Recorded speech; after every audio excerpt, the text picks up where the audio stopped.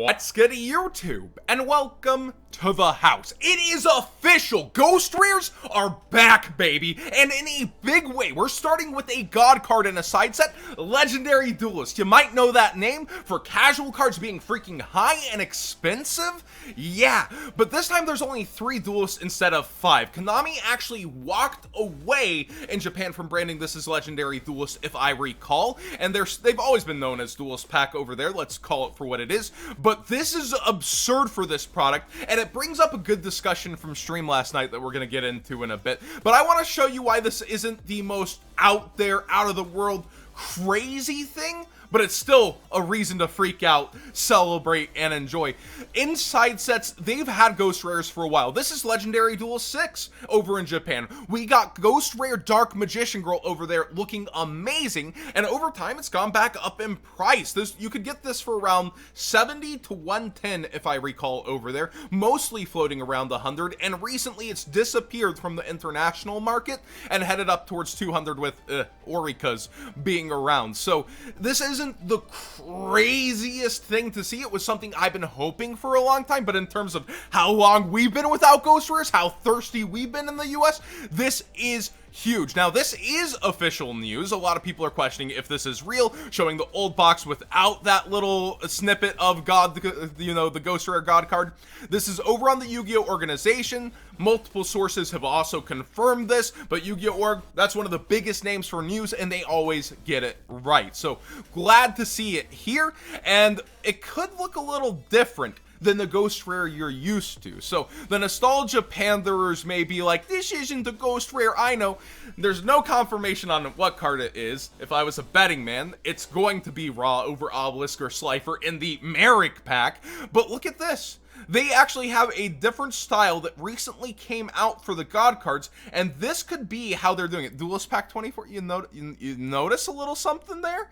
A little trend there? I could see this being how it's presented in a new Ghost rarity to us, and I think it will still sell like a home run. I don't think the community as a whole will be disappointed to see something that looks this freaking good, but it could be something different than the Ghost Rares you love and know and are used to. So let's get into that question from livestream.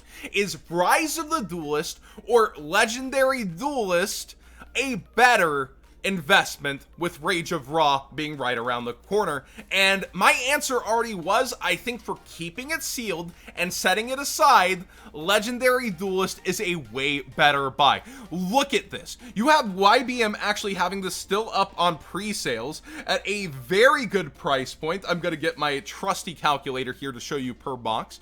$650 times good old what's good 5, and then divide it by 12. What's our price point per box? Well, that's around $51 per box. Let's look at every sealed Legendary Duelist ever. And I know that, again, we're going from 5 duelists to 3, but getting a Ghost Rare back in the TCG when we've been thirsting for it so long, yeah, that's going to add an extra element to the sealed, and you should get the sealed sooner than later. Not to crack open, but to set aside and keep sealed if you can resist that itch to open packs.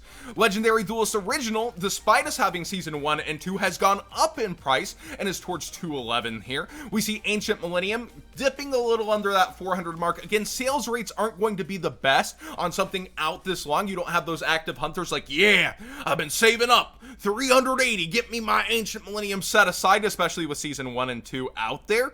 But these two sets, they still command an insane price. Not reprinted as Legendary Duelist White Abyss. Remember when I told my audience to get this at 80? And some people in the comment section laughed at me? Yeah, who's laughing to the bank now? The people who listened using my TCG player link in the description down below, costing them nothing extra to support the channel directly for the cards they'd already be buying. $215. Now, this is kind of the failure of the Legendary Duelist, Sister of the Rose, and even it over time has appreciated because Juggernaut and the Rose Maiden, they both, I believe that's its name, right? I don't want to murder it, but both of them became inside of meta play, yeah, Garden Rose Maiden, became something that we saw with Eldritch with the Lieb, and then this helping make Calamities, VFD, whatever you want to call them. Both of these ended up there, and you have all these niche cards that people still want to play, the Harpy card being 22, so it aged Well, after being on market for $45 a box for the longest, and I even notated, hey, you might want to get those sealed, even if you're cracking them open for leave. Malicious Bane and the Dusted Gold are some of the worst short prints in the history of Yu-Gi-Oh! So I don't want to really gas up this one's price, but 132 despite people knowing it's that low of a chance to chase those two cards. Like they're actually shorter than the usual short prints from Legendary Duelist. And finally, Magical Hero First Edition, which it did get reweighed. Let's see if we can find that. $170. Let's see what the Unlim boxes are going for. And this has fluctuated. The First Edition has actually fluctuated. But with an unlimited printing, ooh, it's there at $71 available, a bit cheaper as an alternative that people can go buy. So first off, if they re-wave this one, unlimited, if they go ahead, a first at God card and a chance at that is very different than an unlimited God card, in my opinion. And every single Legendary Duelist, even though this is still kind of rebranded from Japan, you get a Ghost Rare God card in the set. I think it will appreciate over time, especially for the price point you're getting in at if you're buying it now. I think a lot of these orders are about to disappear. You're not going to have your chance at it, but again, I wouldn't be busting it to chase after the singles. I would buy the singles that you want, honestly, and we don't know the ratios for Ghost Rares in modern product, or how easy Konami or uneasy they're going to make it to get. A lot of people are saying 1 every 15 cases jokingly, but we really don't know what Konami's gonna do with the Ghost Rare, or what it's even gonna look like. It's still amazing news for this product that was already going to do well. Merrick on the front of a product was a good thing, and I rate this very high as something you should buy sealed and keep aside, especially now. At first, I was more on the fence. I was like, even though all the other Legendary Duelists have done well, they've downed the Duelist, this isn't Legendary Duelist in Japan. This just went from kind of question mark, still looking good, to home run. Now, Rise of the Duelist is out on the distro level to the point where people aren't going to be able to get their full orders. We know that it's getting shorted both EU and USA, and somebody asked me if I could get a case still at $765, should I go ahead and get it? And my answer is, unlike Simo, I know, I love you, Simo, it isn't always by the singles when it comes to a product, depending on the amount you're going after and the price point, of course. If you are able to get a deal and chase Starlight Rares versus just going for the singles and then put in the work, time, and effort to trade your singles, being able to gamble for the good sets with a lot of good Starlight Rares, having that coin flip can be worth it. You are still gambling. Don't get me wrong. In one case, it's a 50-50 chance at a Starlight, and then you're hoping not to pull the Gaia, actually the cover card, as a Starlight out of the set. But even as the bum Starlight, it's probably towards 200. Then we're looking at the Charmer. We're looking at Ecclesia. We're looking at 3 tactical talents. Like, every other Starlight in the set is home runs. So when you have a 50-50 chance at that, along with the rest of the cards, that's where you value your risk versus investment on busting it open.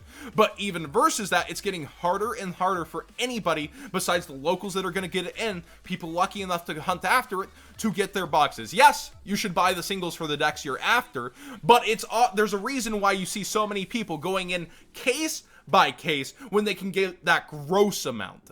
We're talking people with money. Not everybody has that option, of course, but if you do have the option, there's a reason so many people do take that gamble now. It's still a gamble.